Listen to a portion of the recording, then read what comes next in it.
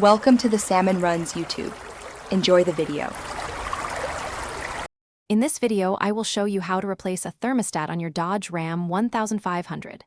First, prioritize safety by disconnecting the negative battery terminal. Next, you'll need to drain the engine's coolant into a clean container for proper disposal or reuse.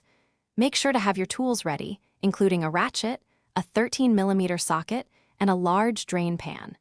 This preparation ensures a smooth and safe replacement process. Now let's get to the thermostat itself. Follow the upper radiator hose to where it connects to the engine. This is your thermostat housing. Using a 13mm socket, remove the 2 bolts securing the housing. Once the bolts are out, gently pry off the housing. Be prepared for some coolant to spill.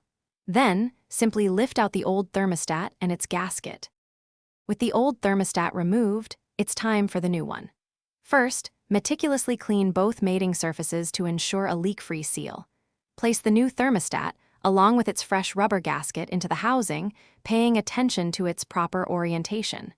Reinstall the housing, tightening the 2 bolts evenly.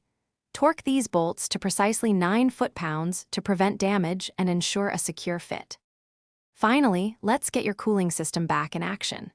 Refill the system with approximately 17 quarts of fresh coolant, using a 50-50 mixture of OAT coolant and distilled water. Leave the radiator cap off and run the engine until it reaches operating temperature.